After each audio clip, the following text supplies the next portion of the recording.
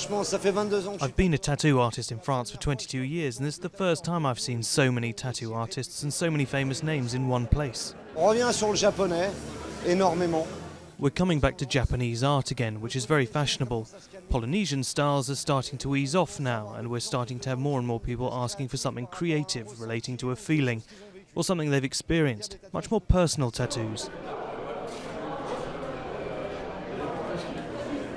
On vient à la recherche ici pour faire des rencontres. You come here for research, to meet people, both professionals and tattoo fans. It's good to see some amazing things. There are new artists, and also it's a real hub for tattoo artists.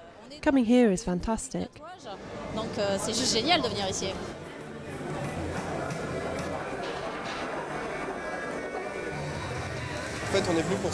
We actually originally came to get tattoos. We haven't done it yet.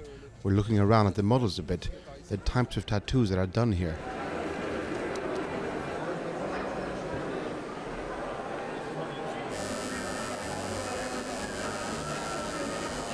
De la convention